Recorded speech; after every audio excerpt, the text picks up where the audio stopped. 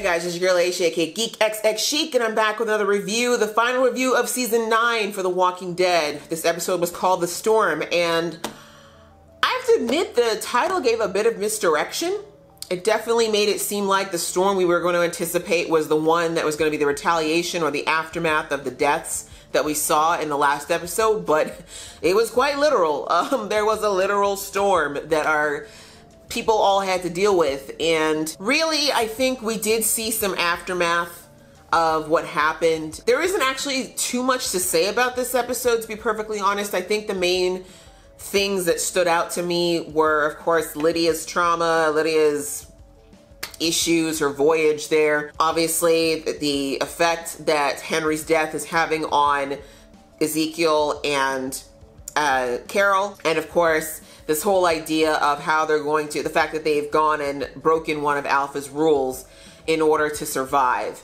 And a little bit of Negan, I guess, a side of Negan. So let's go through, we'll talk about Lydia's journey first, because honestly it's the one that's the least interesting to me, but it was a big part of this episode. Clearly it's been, we didn't know, I couldn't tell how long it's been, but since last episode, it looks like we did another time jump, and it looks like it was maybe at least a few months, because Rosita looks like she's about ready to go any day now. It looks like it's been 3-4 months, and something happened at the kingdom. He said that, you know, pipes broke and fire spread, so it looks like they must have had a fire. I don't know if that was something that was a result of the whispers. It sounds like it wasn't.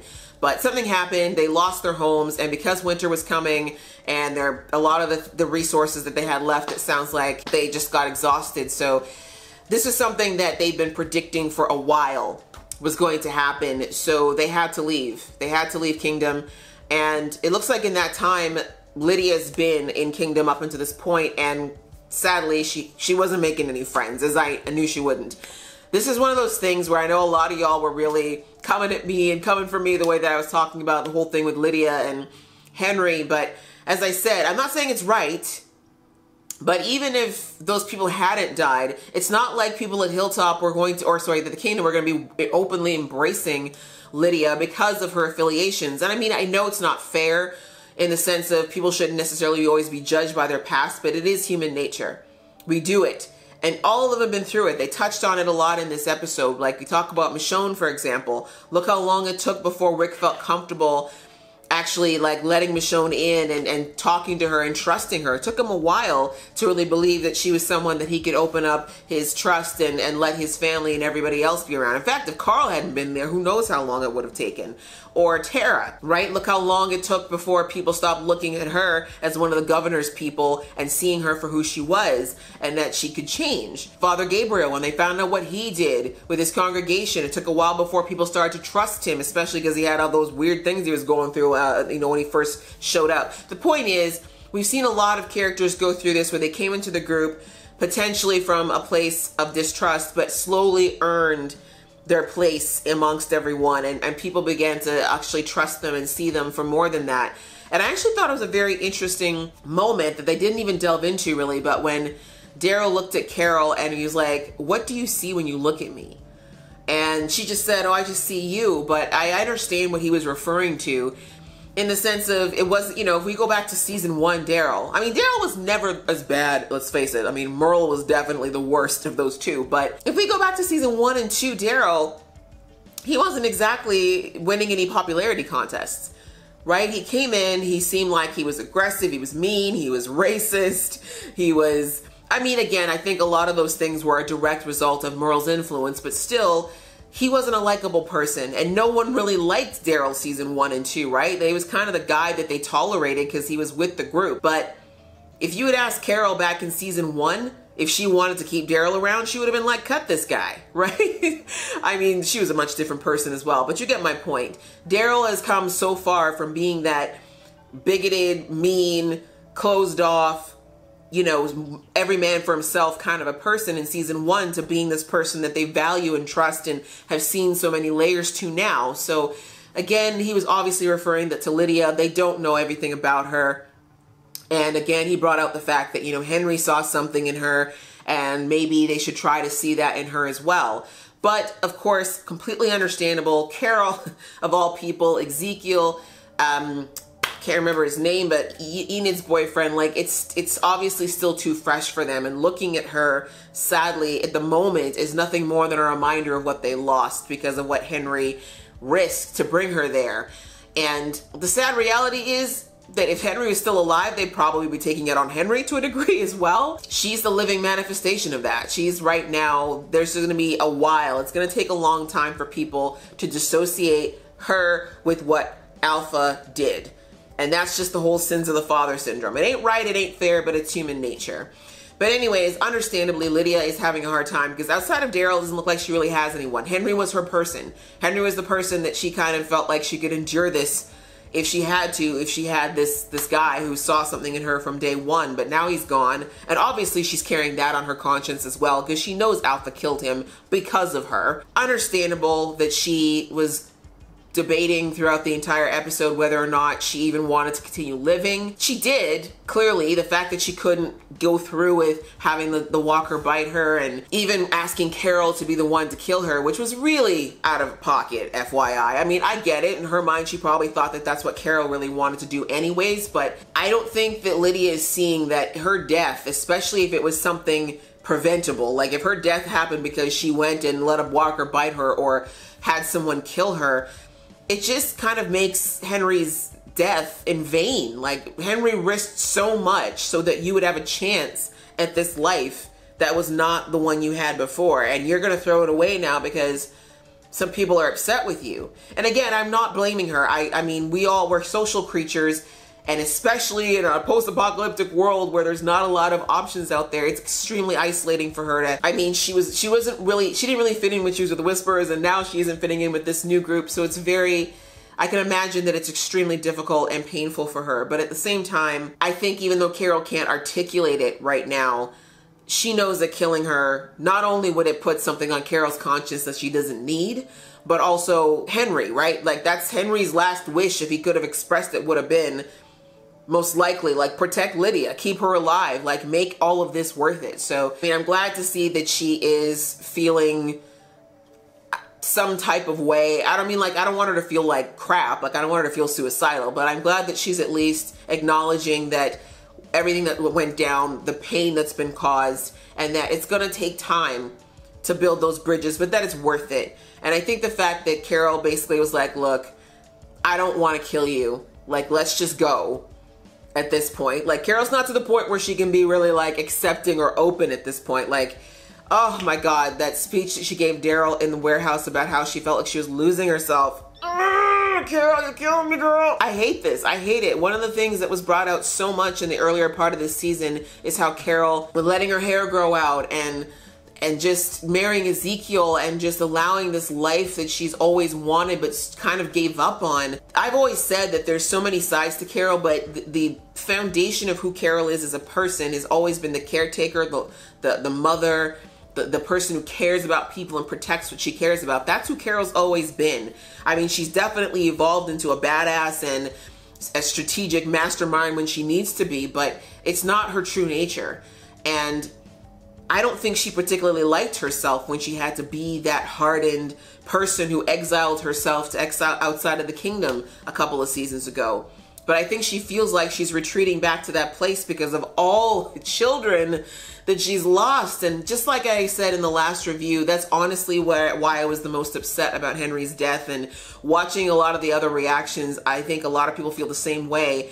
I mean, it's not that I wanted Henry to die. I didn't, honestly. Even though he wasn't my favorite character, I never wanted him to die. But I think most fans of the show, just because of the connections we have with Carol versus Henry's character, who's only been around for a little over a season, we knew it would do to Carol to lose another child. And that's what really broke everybody's heart. And seeing the effects of that in this episode, that she's withdrawing back into herself, that she's losing that desire to reach out and open her heart again, that is so heartbreaking to me because, you know, we know Carol thrives the most when she has people to love and protect. So she's not there. She's not ready to open that part of herself up again to Lydia, but she at least knows that Lydia's death at this point would not serve any purpose. It wouldn't make her feel any better. And I think it'd make her feel even worse to know that puts this shadow over what Henry did and his life and the fact that he died like this just to try to give Lydia that choice. So going through all that was, you know, it was what it was. But at the end, we saw in Alexandria, at least the people in Alexandria don't quite have that same emotional baggage with, you know, with the Whisperers right now and anything they've done. So she has a better shot at being able to start fresh there with people who don't have that emotional weight of losing someone on account of Alpha. So hopefully within, you know, some time, she'll be able to adapt and find a place there. It looks like Michonne is definitely behind helping her with that, as well as Daryl and everyone else. The other thing that we saw, and I touched on it already, as I said, watching Carol and Ezekiel, just the fact that they've basically fallen apart, that this death has ripped a very deep wound in their relationship. And this is just, that's just reality. That's just unfortunately very true to life. And that line she said to Daryl, again, Carol, when she said to him that like Ezekiel blames you because he doesn't have the heart to blame me. Oh my God, she came from my feels this episode, y'all. Carol came from my feelings. I did not appreciate that. Oh, it was heart-wrenching to hear her say that. And it was even more heart-wrenching because it's kind of true. I mean, I was like, why of all things would Ezekiel ask Daryl to leave and walk away from Carol? Like, what would it ever possess him to ask that person of all people to leave Carol? But now, the way she framed it, I'm like, okay, that makes sense. But it was a stupid move. Like, sorry, Zeke, but Daryl's got a very special place in Carol's heart, right? Like, that is family to her. That is someone who's got a piece of her heart forever. That's never gonna change. Like, that's deeper than what she's got with you, which is sad to say, it's the truth. And I think he recognized that to some degree as well. I think he's a little jealous because that distance between him and Carol is there, and Carol still feels that closeness with Daryl. But, you know, he just has to recognize that that's just a symptom of the fact that Carol and Daryl have known each other for a lot longer, and that they have this bond that is just something that he's never gonna fully understand. But he screwed up. I said, I'm like, ooh, Ezekiel, you done screwed up when you asked him to leave. Like, that was the final straw. You can't, after everything Carol's lost, ask her very best friend in this world to back off and ignore her to make you feel better. Like, no, how does that, in what world does that make sense? You know what I'm saying? Like, I understand it was a moment of desperation for Ezekiel, but it was a wrong move. And it sadly showed that he doesn't truly know Carol as well as he'd like to think he does. Because if he did, like, we all know, like, Michonne would never have asked Carol to do so, or asked Daryl to do something like that. You know what I'm saying? People who really knew her would never have asked that of her. So unfortunately, that chasm is there between the two of them. And Carol, I think, needs to do her own healing. We've seen that that's the way she kind of operates. Like, when Carol goes through a lot of trauma, she tends to withdraw into herself and need that time to figure out and navigate where she wants to go next. I have no doubts that she's going to get to a point where she'll be able to open her heart again, but it's going to be a while. Like, this is like reopening scar tissue for her. This is not even just like reopening a wound. This is scar tissue. It's been ripped open so many times that every single time it just gets a little tougher to get through all of that scar tissue. And I don't think she's going to be satisfied until there is some retribution. And even though they crossed into Alpha's land because there was no other option, I think maybe there's probably a tiny part of Carol that's kind of happy that they've given Alpha a reason to try to step to them, because I think she's ripe to teach Alpha a lesson for all that she's taken away from her. And personally, I'm not completely against it, except for the fact that I don't want more needless death. And the sad reality is, at the moment, Alpha definitely has the advantage just by sheer numbers. Very interesting. We also saw that the Whisperers, I mean, because one of the first things I thought when they were sitting there and traversing, I'm like, what if they're watching? I'm like, how though? The Whisperers don't really have shelter. They don't really have anything to like really keep them warm. Like, why would they go out in the middle of a blizzard just to make sure you guys, you know what I mean? Like, that's just impractical. Somebody gonna die. Walker skins ain't that thick, y'all. So I'm like, no, I don't think they're out there. I mean, that's like when people worry about cops, like speed traps being on the road when it's like a blizzard. Like, cops don't they're not gonna go out there and risk their lives to give you a ticket. Like, it doesn't make any sense. So anyway, I don't think they were out there. And from what it looks like, I think they went away. It sounds like they must have gone someplace where the weather was probably not as severe, and that makes sense because remember Alpha said that their group keeps moving. So my guess is they probably headed south or went someplace where they knew the weather wouldn't be severe, holed up there, and then we heard them say that like they came back, and like we just heard Beta at the end saying, well, the time away was good for everybody. So I think that they actually left the territory, but I have no doubt that they're probably going to figure out somehow that they crossed their land, or if not, my guess is that they're going to go after these communities for no other reason than thinking that, you know, they need resources, right? They need things. And I don't think Alpha's going to let the fact that these communities exist stop her from going after the things that she wants. So confrontation is inevitable one way or another. It's just going to be a matter of who strikes first, right? And we'll have to see what happens, I guess, next season to know that. So yeah, outside of that, there wasn't a whole heck of a lot else that happened. We had Negan have some time outside of his cell, conveniently be the one to rescue. Judith is getting on my nerves, you guys. This child, trying every last nerve I've got. She's trying to get herself killed. She's trying to die. And I wouldn't even be that much against it if it wasn't going to kill Michonne 6 ways to Sunday. She needs to stop with that nonsense. Not to mention RJ be watching her and learning all these kind of things. I don't want RJ going off and being stupid because his big sister don't know better. Now, y'all know I'm playing. I don't actually want nothing to happen to Judith. Of course not. I'm just saying it's real frustrating that this child seems to have no sense. Conveniently, we see that Negan was the one, of course, to risk life and literal limb to save her, and of course this is going to open the door to him finally being let out of his cell and potentially released back into society. But that's not a terrible idea at this point, merely because I do think they're outmatched with Alpha to a degree. I think they're still underestimating her, and Negan is someone who has enough distrust in his life and his heart to think in the ways that maybe our group wouldn't. So I'm not necessarily against it, just because honestly, I'm to the point where I don't really know why Negan is still there, and he needs to serve some kind of a purpose to justify keeping him popping up every other episode or so. So if that's the way to do it, so be it.